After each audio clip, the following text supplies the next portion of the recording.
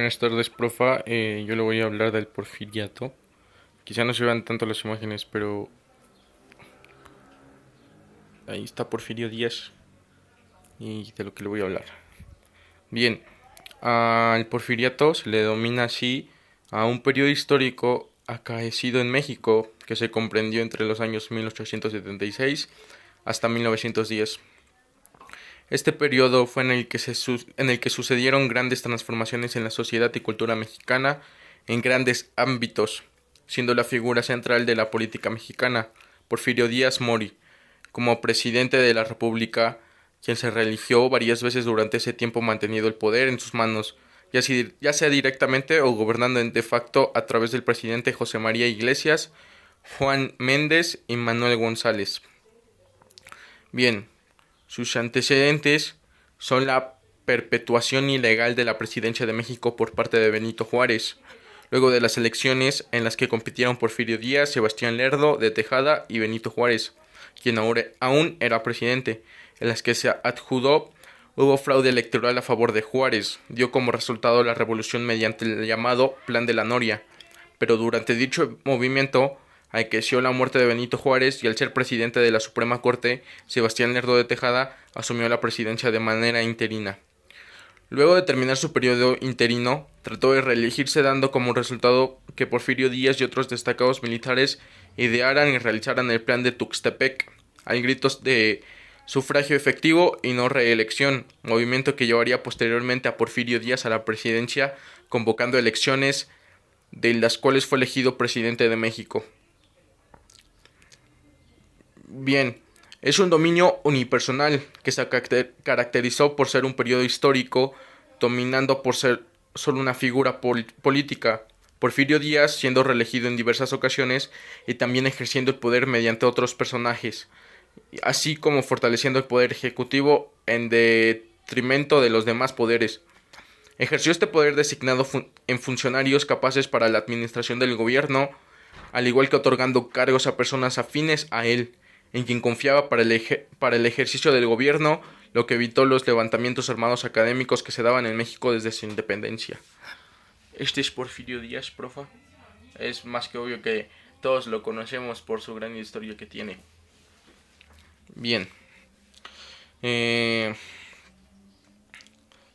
aumento de la población, al pacificarse del país, en gran parte de la población regresó a las labores agrícolas y pecuarias, lo que dio un aumento de la producción y por consiguiente un marcado aumento de la población. Aquí se puede ver, ¿dónde está? Aquí se puede ver cómo era antes México. No se nota bien, pero ahí se ve cómo hay demasiada gente de la población.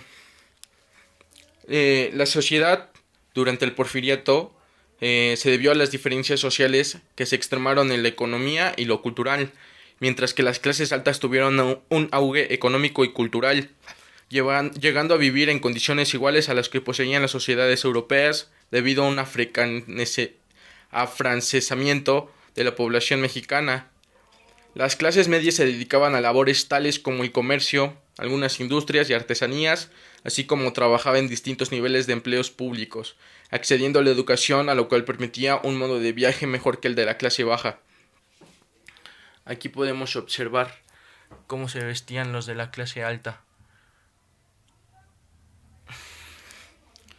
La clase baja era la mayoría de la población y se componía principalmente de obreros y campesinos quienes vivían al margen de los progresos técnicos y sociales que se daban en la época, al grado que la clase baja era prácticamente liberada y vivía en una economía de subsistencia y estaba mal alimentada.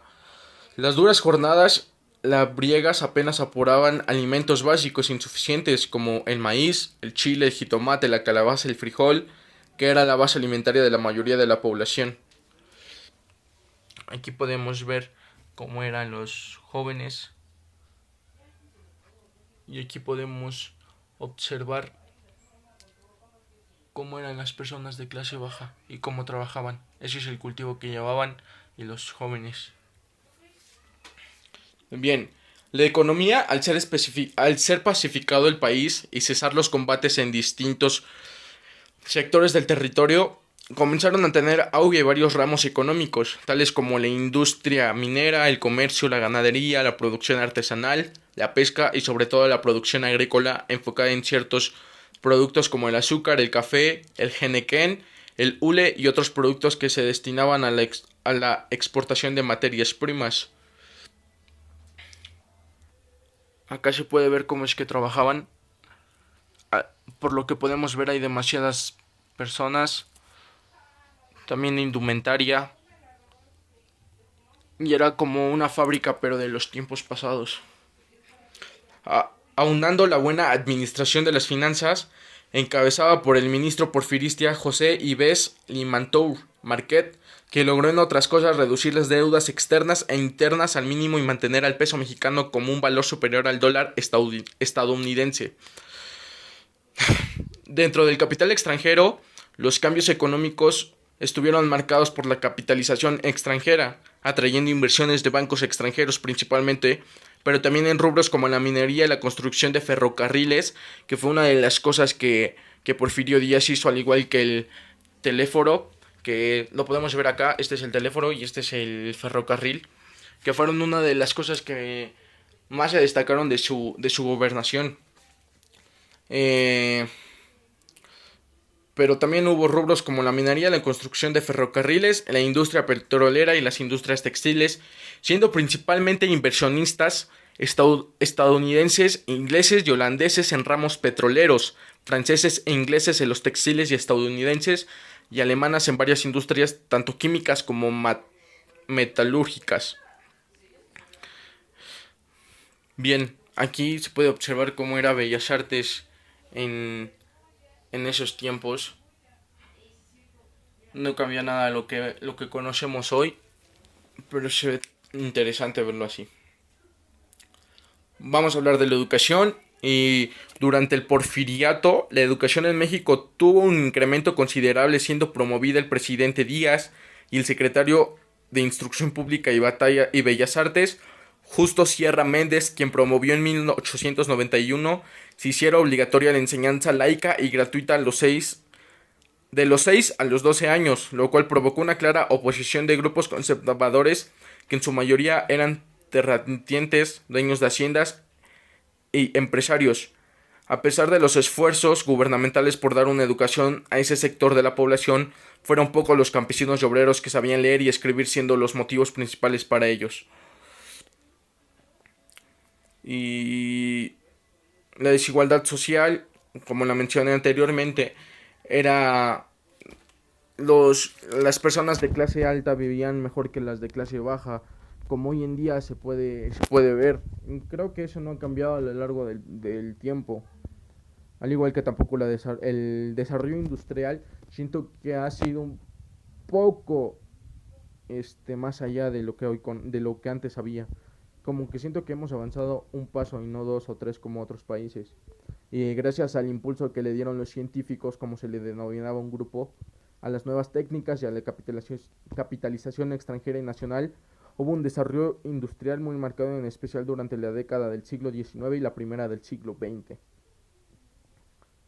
Y para mí el periodo del porfiriato es algo que tuvo varios contrastes. Eh, Algunos tales como la búsqueda de la paz y el orden y la represión y la injusticia, entre otros, dejando una profunda huella al pueblo mexicano. Y esto se puede observar ya que si le preguntamos a varias personas que si saben del porfiriato, de quién llegó a ser Porfirio Díaz y las cosas que hizo, las lograrán saber sin ningún problema. Y pues esta sería mi exposición, profesora. Y buenas tardes y gracias.